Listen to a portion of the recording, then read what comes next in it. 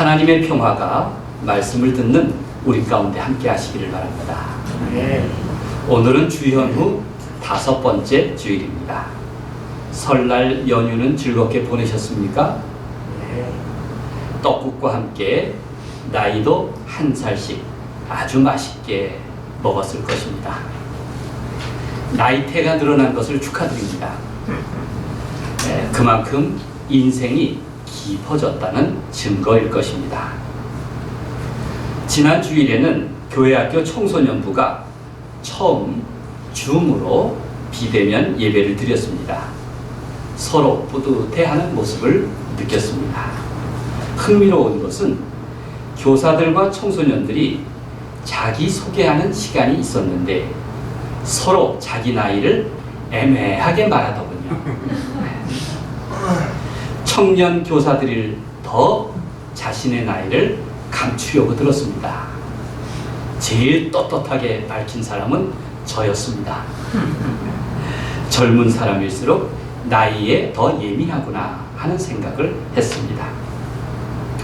아이들도 청년들도 모두 자신의 인생이 얼마나 소중합니까? 마치 포장을 다 뜯지 않은 초콜릿과 같이 기대하지 못한 달콤함이 그들 안에 있습니다. 아직 그들의 나이테는 몇 줄 되지 않지만 우리 어른들은 그 아이들의 나이테가 두텁고 견고하게 형성되도록 도울 의무가 있습니다. 그래야 얕은 세상에서도 인생의 깊이를 누리며 살 수 있기 때문입니다. 오늘 설교 제목은 깊은 인생, 얕은 세상입니다. 본문은 예수님께서 처음 제자들을 부르신 이야기입니다. 복음서에서 가장 생기가 넘치는 대목이라고 저는 생각합니다. 예수님의 첫 사역은 하나님 나라를 선포하는 일이요, 또 그 사역에 참여하는 사람을 부르는 일이었습니다. 모든 시작은 이렇게 아름답습니다. 갈릴리 제자학교의 신입생 모집 기록을 살펴보십시오. 사복음서를 종합하면 예수님은 갈릴리 해변을 다니시다가 눈에 띄는 두 그룹을 만나서 처음 그들을 부르셨습니다. 전혀 모르는 사이가 아니었을 것입니다.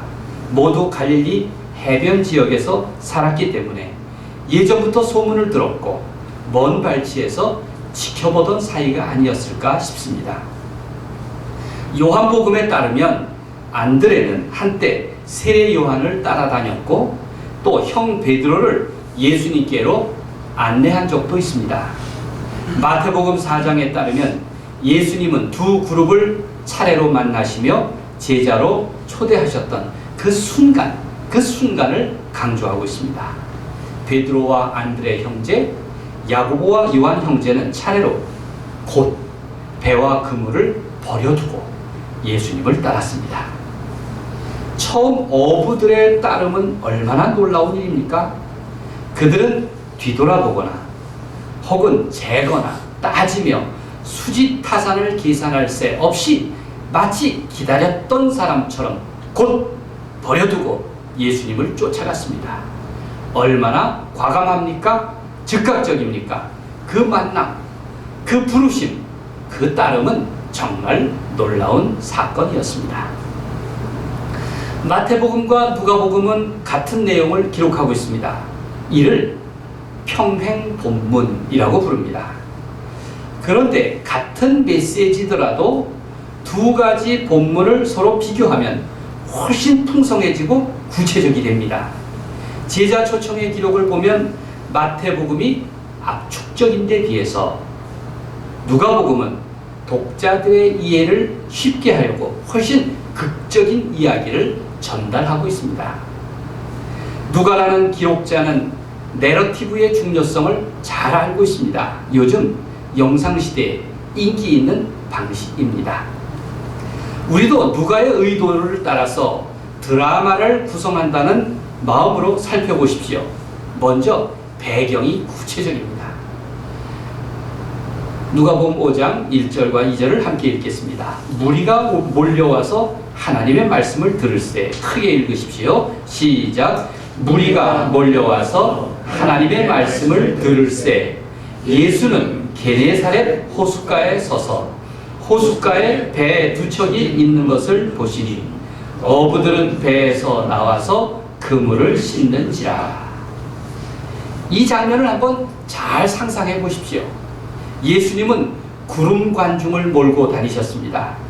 TV 속 스타 골퍼가 갤러리들을 몰고 다니는 장면이나 요즘 대통령 후보들이 유세하는 장면을 연상하게 합니다. 마침 예수님은 청중들에게 말씀을 전하실 무대를 찾으셨습니다. 마치 산 위에서 무리를 내려다보며 산상 설교하는 장면을 연상할 수 있습니다. 마침 게네사렛 호수, 여기서는 게네사렛이라고 하지만 요한복음에서는 이제 21장의 디베랴 호수라고도 하고 그리고 대부분은 갈릴리라고 부릅니다. 하프 모양으로 생겼다고 해서 게네사렛이라는 별칭이 붙었습니다. 그 호숫가에 배 두 척이 있었습니다. 어부들은 배 밖으로 나와서 이제 마지막 작업이죠. 그물을 씻고 있었는데 아마 이른 아침부터 몰려오는 군중들을 보고 뭔가 심상치 않음을 느꼈을 것입니다. 예수님은 그중 한 사람에게 부탁해서 배를 사용하고 싶다고 하셨습니다. 그리고 배에 오르시면서 뭇에서 바다 쪽으로 조금 떼어서 인파와 간격을 두게 하셨습니다. 누가는 그 배의 인자가 베드로였다고 힌트를 줍니다. 계속 읽어보십시오.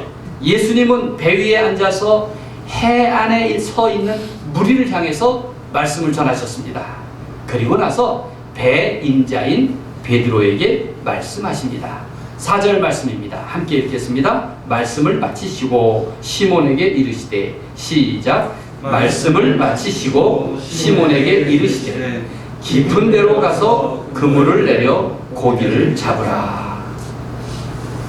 베드로는 갈릴리에 그야말로 무명의 이름 없는 어부였는데 졸지에 역사의 무대 한복판으로 나서게 됩니다.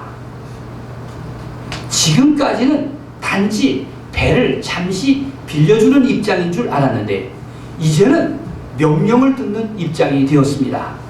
어떤 입장, 곧 선 자리가 무엇이냐는 매우 중요한 일입니다. 구경꾼 베드로에서 주인공 베드로가 되는 순간입니다. 예수님은 시몬에게 말을 거십니다. 깊은 데로 가서 그물을 내려 고기를 잡으라. 이 말을 듣는 순간 베드로의 마음이 혼란스러웠을 것입니다. 이른 아침에 해변에서 그물을 씻는 어부라면 아마 간밤에 밤새도록 그물을 내려 일했던 어부임을 누구도 다 알 수 있을 것입니다.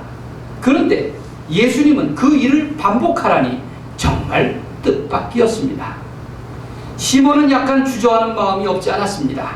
그럼에도 예수님의 말씀이 마치 선생님다운 분부였기 때문에 정중히 대답합니다. 6절 말씀을 함께 읽겠습니다. 시몬이 대답하여 이르되 시작. 시몬이 대답하여 이르되 선생님 우리들이 밤이 새도록 수고하였으되 잡은 것이 없지만은 말씀에 의지하여 내가 그물을 내리리이다 하고 그리고 해안에서 다시 바다로 향해 나아갔습니다. 깊은 곳은 해변 근처가 아닙니다. 해변가의 정반대 방향입니다. 그물은 해변 얕은 데서 내리지 않고 바다 깊은 곳에서 내려야 합니다. 해변에서 첨벙거리면서 물고기를 잡는 어부는 없습니다. 그런데 중요한 것은 그 밤의 경험에 따르면 그날따라 깊은 곳이든 얕은 곳이든 잡힐 만한 물고기는 없었습니다. 너무나 당연한 짓이었지만 그래도 어부들은 순종했습니다. 한마디로 말씀에 의지하여 그물을 내렸습니다. 꽤 어지간한 시간이 흘렀을 것입니다. 어부들은 손질하던 그물을 배에 다시 실어야 했고 노를 저어서 바다로 나아갔습니다. 해변에 몰려선 사람들은 그 광경을 유심히 지켜봤을 것입니다. 매우 즉흥적인 퍼포먼스니까 볼만한 구경거리 아니었겠습니까? 그리고 어떻게 되었습니까? 우리가 그 결론을 잘 압니다. 우리는 늘 결론만 알고 지나갑니다. 그런데 그 배경부터 세세히 살피고 가니 얼마나 하나님의 말씀이 흥미롭습니까? 그렇게 하니 고기를 잡은 것이 심이 많아 그물이 찢어지는지라, 이렇게 6절에서 보고하고 있습니다. 시몬은 인근에 있는 동업자를 불렀습니다. 배가 두 척이었죠? 세베대의 두 아들 야고보와 요한의 배가 달려와서 함께 그물을 끌어올렸고 물고기가 얼마나 많이 잡혔던지 두 배에 가득 차서 가라앉아 잠길 지경이 되었다, 그렇게 성경은 말씀하고 있습니다.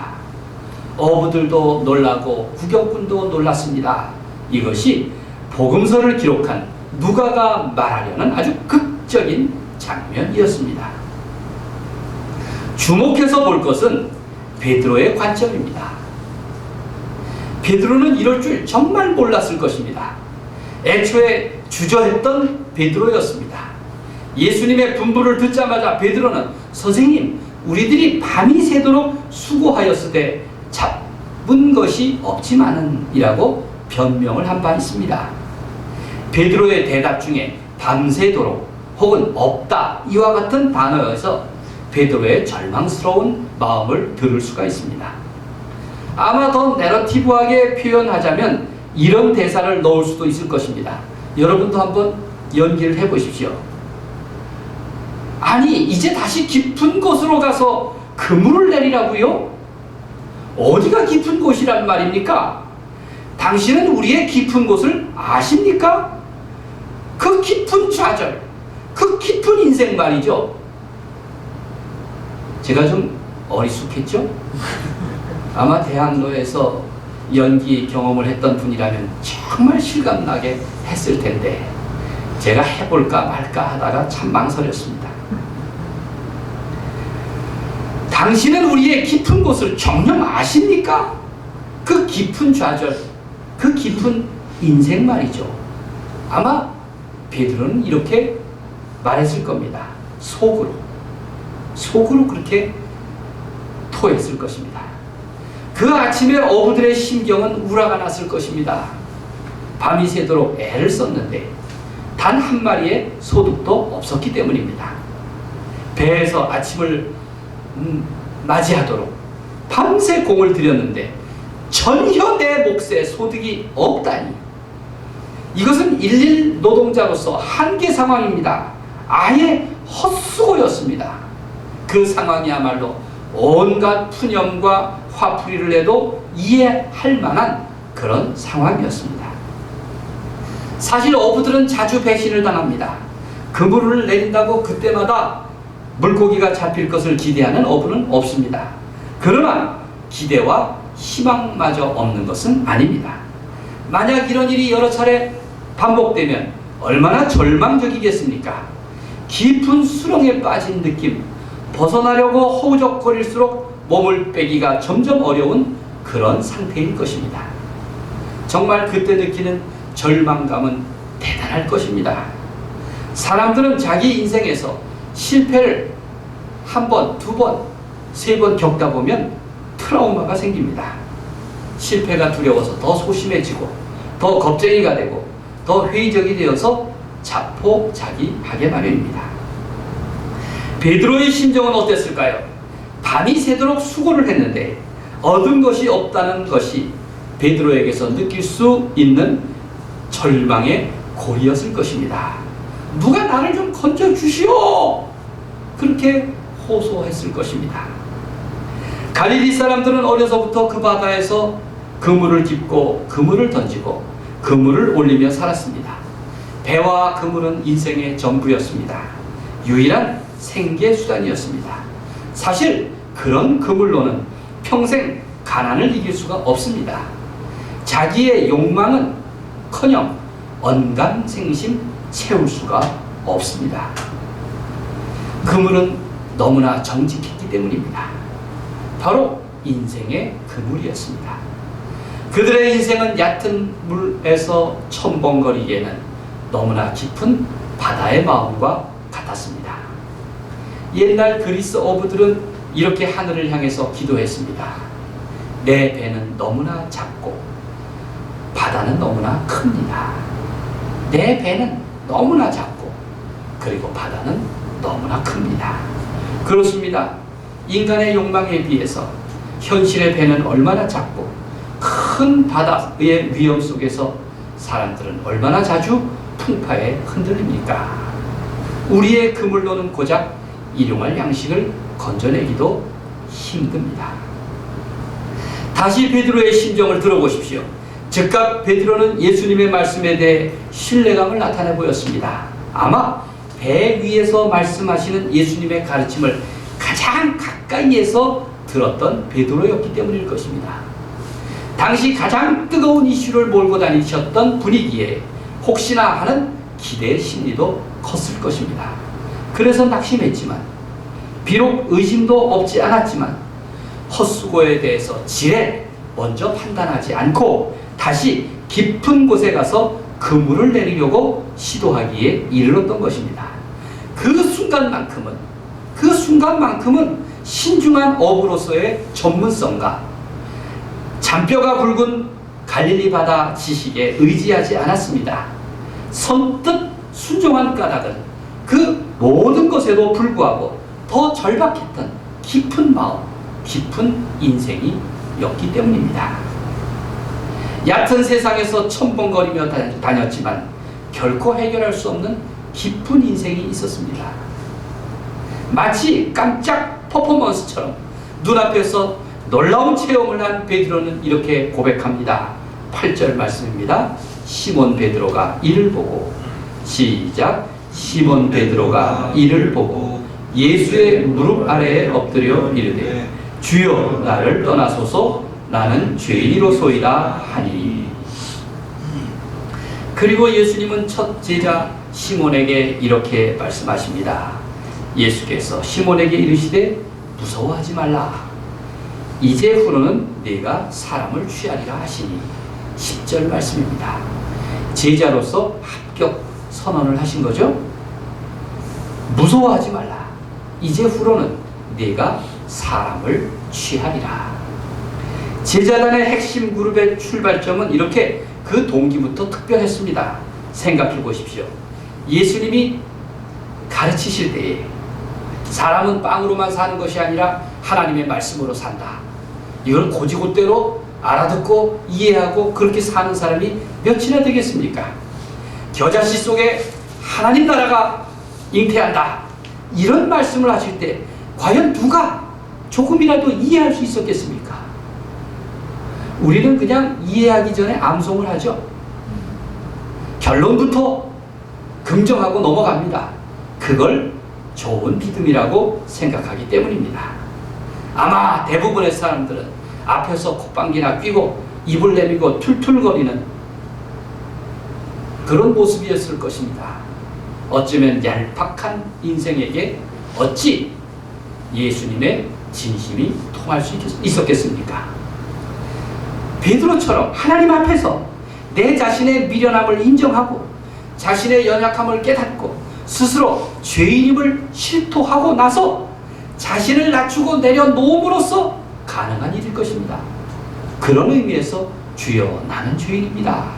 이렇게 고백했습니다. 그렇게 함으로써 갈릴리의 어부들은 그 4명의 어부들은 물고기를 잡는 그물을 버리고 사람을 사람답게 하는 그물을 선택할 수 있었던 것입니다. 물고기를 낚는 어부에서 사람을 낚는 어부로 그것은 인생의 전환점이 되었고 이전 삶의 청산이며 삶의 목표에 대한 완벽한 수정이고 갱신이었습니다. 예수님은 우리를 향해 부르십니다. 나를 따라 오너라. 그것은 육체적으로만 쫓아다니라는 의미가 아닙니다. 예수님을 내 삶의 주인으로 모시고 살아라. 내 인생의 그 깊음 속에 예수 그리스도를 초대하고 동행하라는 말씀입니다. 누가 참 제자입니까? 과연 나는 얕은 세상에서 사람만 쫓아다니는 존재 아니었습니까? 아니면 깊은 인생을 주님께 맡기며 나와 동행하시는 그 깊은 은혜에 의지하며 사는 사람입니까? 제자들의 삶을 보십시오. 지금 포기하는 자는 나중에는 얻게 될 것을 압니다. 그들은 현실을 포기하고 장차 하나님 나라를 얻었습니다. 지금 부르심을 받는 자는 나중에 부르는 자가 될 것이라는 것을 배웠습니다. 그들은 예수님의 말씀을 듣고 따랐으며 장차 사람을 부르는 전도자가 되었습니다. 지금 복음을 듣는 자는 장차 전파하는 자가 될 것이다. 그들은 지금 예수의 말씀을 들었으며 장차 하나님의 나라를 얻는 믿음의 사람으로 살았습니다. 그렇다면 과연 예수님의 말씀이 모두 달콤하고 듣기 좋았던 것일까요? 요한복음 6장의 기록을 보면 예수님을 따랐던 제자들의 모습을 볼 수 있습니다. 제자 중에 여럿이 예수님의 말씀을 듣고 입이 툭 튀어나와서 퉁퉁거렸습니다. 저 홀로 못 알아듣고 말지 사람들을 선동해가지고 수석거려가지고 마음을 심란하게 만듭니다. 이렇게 말했습니다. 이 말씀은 어렵도다. 누가 들을 수 있으랴? 예수님 면전에서 제자들이 그렇게 항변합니다. 그때 제자 중에 많이 물러가고 다시는 예수님을 따르지 않았습니다. 그때 예수님은 12 제자들을 향해서도 물으셨습니다. 너희도 가려느냐? 너희도 저들과 같이 갈 것이냐? 이처럼 제자들에게는 매번 결단이 요구된 것입니다. 여러분, 한 번 예수 믿는다고 영원히 한결같은 마음이었습니까? 1년에도 몇 번씩 혹은 하루에도 몇 번씩 흔들릴 수 있습니다. 너희도 가려느냐? 제자의 길은 매번 결단이 요청되었습니다. 시몬 베드로가 이렇게 대답합니다. 베드로는 괜히 수제자가 아닙니다. 그는 예수님에게 인생의 기품을 얻은 사람이었기 때문입니다. 요한복음 6장 68절 69절은 이렇게 말합니다. 주여, 영생의 말씀이 주께 있사오니 우리가 누구에게로 가오리이까? 우리가 주는 하나님의 거룩하신 자이신 줄 믿고 알았사옵나이다. 그는 그렇게 한결같은 마음으로 대답했습니다. 현대인인 우리도 그물에 매여 삽니다. 인생의 그물입니다. 누구나 그물에 얽혀 살아가고 있습니다. 인간관계도 그물이고 사업상 관계도 그물망이라고 할 수 있습니다. 요즘 우리 시대에 가장 핫한 열쇠말이 무엇입니까? 인터넷 아닙니까? 가장 현대적인 것은 다 인터넷 덕분이라고, 인터넷 때문이라고 말할 수 있습니다. 인터넷은 바로 그물입니다. 네트. 그리고 인간과 인간의 관계, 그물망은 바로 네트워크로 통합니다. 성경에서 그물은 두 가지 의미가 있습니다. 하나는 그물은 올무, 덫이라는 뜻입니다. 사람을 속박하고 걸려 넘어지게 만듭니다. 문명의 이기인 스마트폰도 사람을 부자유하게 합니다. 사람들이 다 그물에 붙잡힌 인생이 되고 말았습니다. 저도 하루에 몇 번씩 스마트폰을 들여다봅니다. 그러면서 왜 이 짓을 하고 있나 싶을 때가 많이 있습니다. 그물에 붙잡힌 인생이 되었습니다. 또 하나의 그물은 예수님과 관계를 맺는 일입니다. 예수님이 말씀하신 그물은 하늘 그물입니다. 사람을 구원하는 하나님의 도구이기 때문입니다. 우리 색동교회 제자훈련 성경공부 제목이 뭡니까? 그물짜기입니다. 그래서 하늘 그물이라는 거예요. 우리는 그물짜기를 통해서 반드시 수료해야 색동교회의 좋은 교인이 됩니다. 아직 그물짜기를 수료하지 않은 분은 이제 제9기를 모집하려고 하는데 여러분 다 참여하시기를 바랍니다. 누구나 인생의 그물을 지니고 삽니다. 때로는 그것이 덫이 되기도 하고 하늘 그물, 곧 날개가 되기도 합니다. 세상에 강철 그물은 아예 없습니다. 그러기에 누구든 그물이란 경제적 방편에서 자유로운 사람도 없습니다. 사람들은 자기가 소유한 그물 때문에 늘 불안하게 마련입니다. 그물의 진정한 가치를 알던 첫 제자들은 예수님의 부르심에 즉각 응답했습니다. 그들은 예수님 주변을 기웃거리다가 우연히 말씀을 들은 것이 아닙니다. 예수님이 그들의 자리에, 그들의 삶의 자리에 직접 찾아오셔서 말씀하신 일이었습니다. 내 그물을 버리고 내 그물을 소유해라. 젊은 어부들에게 놀라운 일이 벌어진 것입니다. 예수님을 따른 갈릴리 어부들은 물고기를 잡는 그물을 버리고 사람을 사람답게 만드는 그물을 선택한 것입니다. 물고기를 낚는 어부에서 사람을 낚는 어부로. 그것이 인생의 전환점이고 구원이 되었습니다. 얕은 세상은 내 인생의 기품을 결코 알아주지 않습니다. 깊은 인생은 늘 당사자에게만 중요한 것 아닙니까? 신학자인 폴 킬리는 이렇게 말했습니다. 신앙이란 궁극적 관심에 붙잡힌 상태입니다. 궁극적 관심. 하나님을 이렇게 표현했습니다. 궁극적 관심에 붙잡힌 인생입니다. 인간이 궁극적 관심이 아니라 다른 우상들을 섬기는 신앙은 예수의 궁극적 관심에 의해서 회복되고 새롭게 변화해야 합니다. 라고 말했습니다.